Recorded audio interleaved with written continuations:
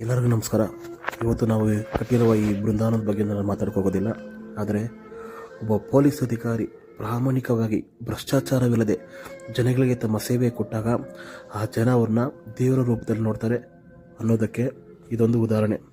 ನೋಡಿ, ನಾವು ಬೃಂದಾವನ ಕಟ್ಟಿರೋದು ಒಬ್ಬ ಪ್ರಾಮಾಣಿಕ ನಿಷ್ಠಾವಂತ ಅಧಿಕಾರಿಯನ್ನು ಅಲ್ಲಿನ ಜನ ಏನು ಇವರ ಸೇವೆ ಪಡೆದಂಥ ಜನ ಇವರನ್ನು ಕಳ್ಕೊಂಡಾಗ ಆದಂಥ ವಿಚಾರ ನಾನು ನಿಮ್ಮಲ್ಲಿ ಹಂಚ್ಕೊತಿದ್ದೀನಿ. ನೋಡಿ, ಗಂಗಾಧರ್ ಸರ್ ಅವರು ಹುಟ್ಟಿದ್ದು ದೇವಲಾಪುರ ಗ್ರಾಮ, ನಾಗಮಂಗಲ ತಾಲೂಕು, ಮಂಡ್ಯ ಜಿಲ್ಲೆಯಲ್ಲಿ ಸಾಹೇಬರು ಹುಟ್ಟಿರ್ತಾರೆ. ಆದರೆ ಪೊಲೀಸ್ ಆಗಿ ಸಾಹೇಬರು ಕೆಲಸ ಮಾಡೋದು ಮಾದನಾಯಕನಹಳ್ಳಿ ಪೊಲೀಸ್ನಲ್ಲಿ. ಏನು ನಮ್ಮ ಕಡಬಗೆರೆ, ಕಾಚೋಹಳ್ಳಿ, ಮಾಚೋಹಳ್ಳಿ ಈ ಲಿಮಿಟ್ಸಲ್ಲಿ ಸಾಹೇಬರು ನಿರಂತರವಾಗಿ 15 ವರ್ಷ ಜನಗಳ ಸೇವೆ ಪ್ರಾಮಾಣಿಕವಾಗಿ ಭ್ರಷ್ಟಾಚಾರವಿಲ್ಲದೆ ತಾವು ದುಡ್ದಂಥ ಹಣದಲ್ಲೂ ಸಹ ಜನಗಳಿಗೆ ಸೇವೆ ಮಾಡ್ತಾ ಸಾಹೇಬರು ಕೆಲಸ ಮಾಡ್ತಿರ್ತಾರೆ.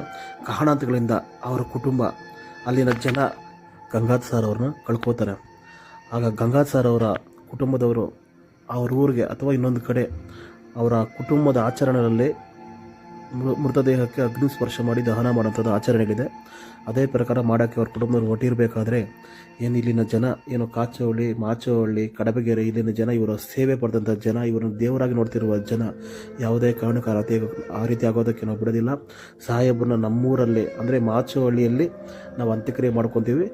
ಯಾವುದೇ ಕಾರಣಕ್ಕೂ ಅವರ ದೇಹವನ್ನು ದಹನ ಮಾಡೋದಕ್ಕೆ ಇಲ್ಲಿಂದ ಎತ್ಕೊಂಡು ತೊಗೊಂಡು ಹೋಗೋದಕ್ಕೆ ನಾವು ಬಿಡೋದಿಲ್ಲ ಅಂತ ಹೇಳ್ತಾ ಜನ ಕೊನೆಗೂ ಅವರ ಸೇವೆ ಮಾಡಿದಂಥ ಲಿಮಿಟ್ಸಲ್ಲೇ ಸರ್ಕಾರಿ ಸಕಲ ಗೌರವಗಳೊಂದಿಗೆ ಅವರ ಅಂತ್ಯಕ್ರಿಯೆ ನಡೆಯುತ್ತೆ.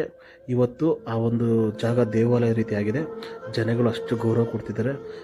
ಈ ಜನಗಳಿಗೆ, ಇವರ ಕುಟುಂಬಕ್ಕೆ, ಹಾಗೆ ನಮ್ಮ ಕರ್ನಾಟಕ ರಾಜ್ಯಕ್ಕಿಂತ ನಿಷ್ಠಾವಾದ ಅಧಿಕಾರಿನ ಕಳ್ಕೊಂಡಿದ್ದು ತುಂಬಲಾರದ ನಷ್ಟ ಅಂತ ಹೇಳ್ತಾ ಎಲ್ಲರಿಗೂ ನಮಸ್ಕಾರ.